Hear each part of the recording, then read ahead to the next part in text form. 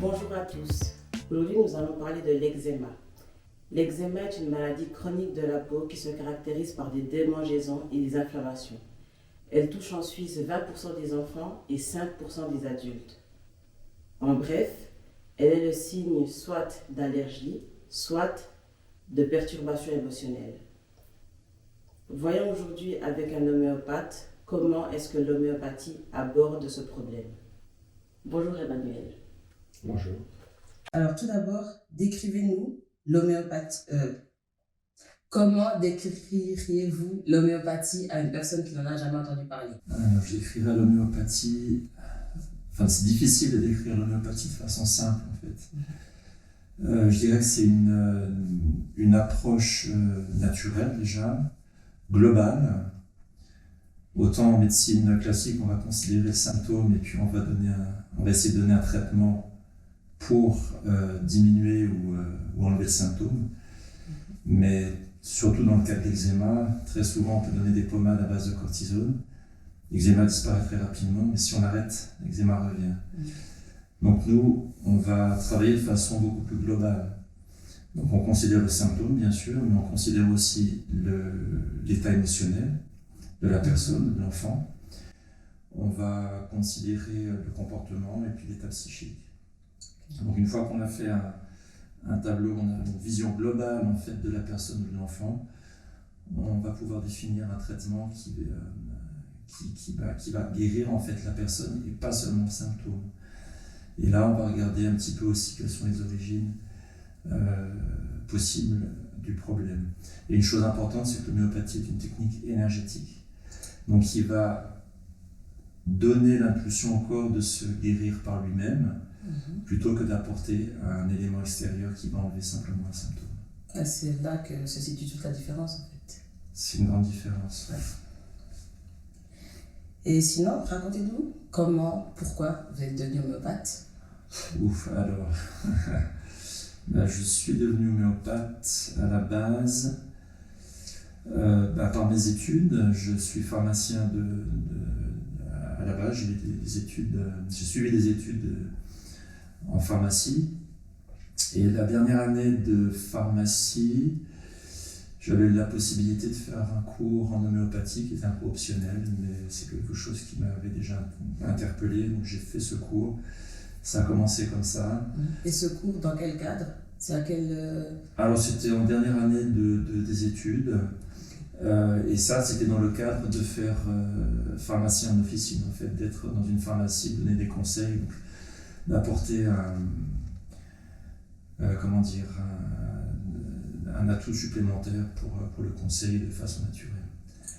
Mais après ça, j'ai eu la chance de partir au Canada où j'étais embauché dans une entreprise pharmaceutique mais homéopathique. Donc pendant 5 ans, j'ai beaucoup appris de choses, que ce soit sur la fabrication des médicaments homéopathiques. J'ai eu des cours aussi sur comment apprendre les médicaments homéopathiques et puis comment les prescrire. Donc ça a commencé comme ça et après j'ai continué en pharmacie de travailler avec l'homéopathie. Ok. Et en ce qui concerne les controverses liées à l'homéopathie, j'imagine qu'elles vous tombent souvent dessus. Lesquelles retenez-vous en premier? Enfin, disons lesquelles reviennent le plus souvent? Qu'est-ce qu'on pourrait dire? Les controverses.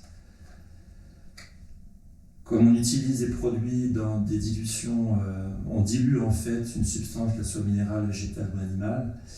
Et donc, au niveau de la fabrication, ce sont des dilutions au dixième ou au centième. Donc on a des produits qui sont très vite hautement dilués, donc de moins en moins de matière en fait dans le produit. Ça, c'est quelque chose que la médecine classique a du mal à concevoir, puisqu'à un moment donné, on ne peut plus trouver matériellement de substance. Il n'y a pas de méthode physique qui permet de retrouver la substance de base.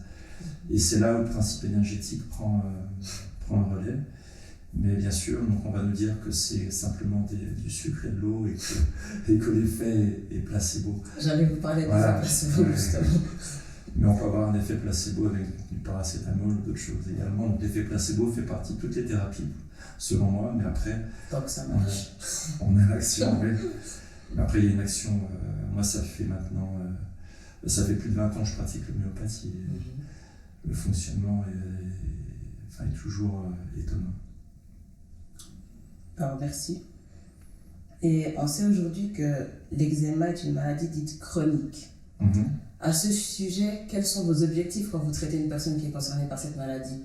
Est-ce que vous visez une simple diminution, une guérison? Alors, à quel stade est-ce que vous êtes satisfait, disons? Pour ce type de maladie, pour moi, c'est la guérison qui peut être vraiment visée. Et j'ai eu des cas plusieurs fois dans ma carrière de guérison totale, on va dire, puisque l'eczéma ne revient plus jamais. Intéressant. Même en cas de nouveaux troubles émotionnels, si je peux dire.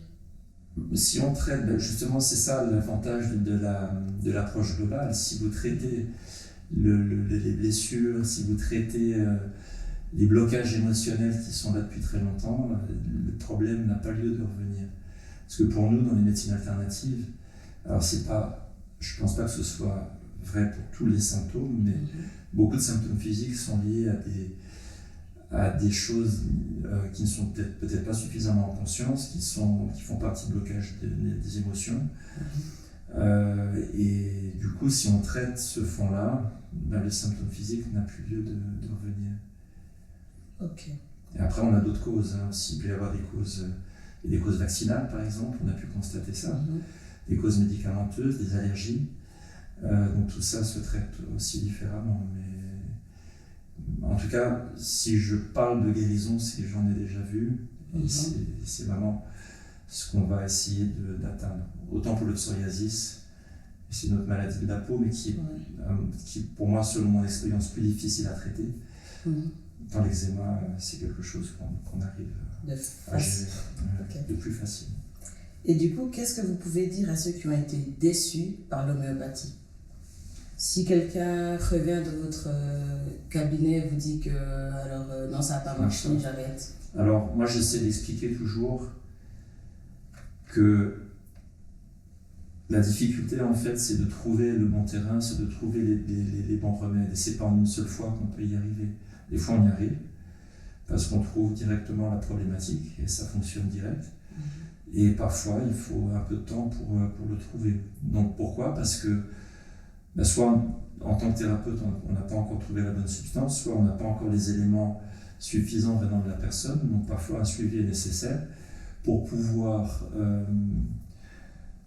suffisamment comprendre la personne. Et on a des éléments parfois qui viennent après 2, 3, 4 visites ou plus. Et quand on comprend avec le remède, on le trouve, les choses bougent. Donc on essaie d'expliquer, de ne pas se décourager, que ce n'est pas parce qu'une seule fois on n'a pas eu le résultat que l'homéopathie ne fonctionne pas. C'est simplement qu'on n'a pas encore trouvé les bonnes pistes. Okay. Et on comprend donc que l'homéopathie et l'eczéma, disons, sont très liés à l'affect. Mais du coup, c'est juste? Pour moi, ça peut être très lié à l'affect. Okay. Mais du coup, comment est-ce que vous parvenez à le traiter quand le patient est un enfant et quand il y a un nourrisson qui ne sait pas encore s'exprimer? Alors on parle bien sûr beaucoup avec les parents, avec la maman, on regarde ce qui s'est passé pendant la grossesse, quels ont été les traumatismes, les stress. S'est passé l'accouchement, quelles ont été les médications qui ont été données, quels ont été les premiers vaccins. Et après, on a aussi quand même, moi je demande toujours, même si l'enfant est très jeune, il a quelques mois ou même quelques semaines, de venir avec la maman ou les parents viennent avec l'enfant, parce qu'on va aussi voir un comportement, comment l'enfant se comporte avec ses parents, et même s'il ne parle pas encore, est-ce qu'il va pleurer, est-ce qu'il va sourire, Donc on regarde tout ça et ça nous oriente. Et comment il est également physiquement. Est-ce que c'est un enfant qui a du mal à prendre du poids? Est-ce qu'il grandit normalement? Est-ce qu'il a du surpoids? Voilà, et on voit déjà, est-ce qu'il y a des intolérances à certaines choses? Est-ce qu'il a des reflux? Donc tous ces éléments-là nous orientent sur le terrain de l'enfant et on va pouvoir aussi définir un remède. Mais le comportement, les peurs, les émotions de la maman sont extrêmement importants. D'accord. Et du coup, souvent, enfin pas souvent, ça je peux pas dire, mais on peut avoir un remède qui correspondrait à la maman et qui va soigner le problème chez l'enfant. Du coup, dans ce cas-là, comment est-ce que vous gérez le fait que... Enfin, la maman elle peut se sentir coupable quand elle comprend qu'elle a transmis ses bugs à son enfant. On essaye de rassurer en disant qu'on fait, de toute façon, c'est quelque chose qui n'est pas, qu'on ne peut pas contrôler et qui voilà, dans toute famille, il peut y avoir ce genre de choses et on fait du mieux qu'on peut. Enfin, on essaie vraiment de rassurer, de dire que c'est pas une question d'être coupable de quoi que ce soit. Du coup, le papa, il peut aussi influencer sur l'affect, j'imagine bien.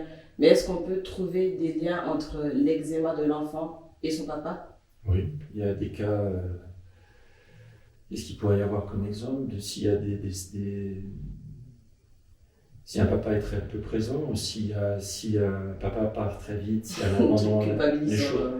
Alors il y a des choses voilà, qui peuvent être très fortes et l'enfant va les ressentir, ou s'il y a des disputes parentales ou des situations diverses de ce type-là. Après, il y aurait plein de causes possibles, mais c'est vrai qu'on voit plus de choses qui sont liées à la maman au départ, mais c'est pas forcément toujours le cas. Okay. Après, c'est dommage parce qu'on a peu de papas qui viennent en consultation, et quand ils viennent, on a plus d'informations et ça, on peut trouver aussi des pistes de façon plus rapide. Okay. Et comment vous expliquez le fait que les papas soient plus réticents à venir au cabinet? Les mamans sont plus bavardes? Bon, les papas sont plus cartésiens peut-être aussi. Je trouve les mamans ont peut-être une sensibilité différente et puis elles sont les premières à s'occuper de leurs enfants, ce qui est dans la logique des choses. Souvent elles allaitent, ça n'empêche pas que le papa il peut faire plein de choses, mais les premiers liens c'est déjà avec la maman. Donc, et ça c'est vrai en homéopathie en général, on a une clientèle beaucoup plus féminine et plus d'enfants que d'hommes qui viennent consulter. Je pense pour un homme, s'il y a un symptôme, il a envie souvent que ce soit derrière et puis de continuer d'avancer. Mais voilà, c'est peut-être une question de sensibilité, une question de proximité par rapport à l'enfant au départ, parce que le lien avec la maman, c'est le premier lien qui se crée. Voilà, c'est peut-être ces éléments-là. Donc, vu le métier que vous exercez, on peut en déduire que vous êtes un homme sensible. Ah oui, moi je pense. Je pense avoir une part féminine assez présente. Mais d'accord.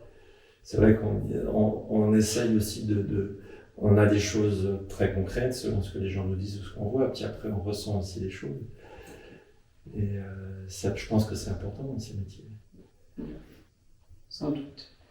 Et sinon, auriez-vous une anecdote à partager avec nous sur votre métier en général? Puis après, on vous demandera peut-être sur l'examen, mais quand on vous demande quel événement a été le plus marquant durant votre carrière, qu'est-ce qui vous revient en premier? C'est rigolo parce qu'on parlait tout à l'heure de la perception de l'homéopathie, je ne sais plus le terme que vous avez utilisé, mais par rapport à notamment les controverses et la médecine classique, ce qui m'a vraiment marqué, j'en rigole maintenant, mais un jour il y a un médecin, parce qu'il y a en homéopathie parfois on peut avoir des aggravations de symptômes en début de traitement. Et là c'était dans un contexte allergique chez une dame qui est venue me voir et qui a eu une aggravation et elle est allée voir son allergologue directement. Elle lui a parlé de tout ce qu'elle avait fait et cet allergologue m'a appelé. Alors au début c'était très normal comme conversation. Il m'a dit écoutez, voilà, qu'est-ce que vous donnez, comment ça se passe? Je connais pas bien l'homéopathie, mais après à un moment donné il me dit mais comment ça se passe quand vous prescrivez l'homéopathie? Vous faites une prière? Et là ça m'a choqué quand même parce que et en fait c'était très très ironique et très moqueur à ce moment-là. Voilà, ça c'est le genre de choses qu'on peut entendre et ça montre que l'homéopathie n'est pas encore acceptée, en tout cas dans le milieu médical classique. Et justement, par rapport à ce que vous dites, on a entendu parler d'un livre très intéressant. Et en fait, celui qui l'a publié est aussi un docteur, un certain docteur Bernard Chaumny. C'est le livre que vous recommandez. Alors ça, c'est des livres, c'est des guides familiaux, on va dire. Moi, je trouve qu'il est bien fait parce qu'il explique bien enfin, comment fonctionne l'homéopathie. Il y a une partie, ce qu'on appelle la matière médicale, c'est comme un petit dictionnaire des remèdes homéopathiques. Vous avez la description de chaque remède. Donc là, je parle bien du guide de l'homéopathie. Voilà, oui.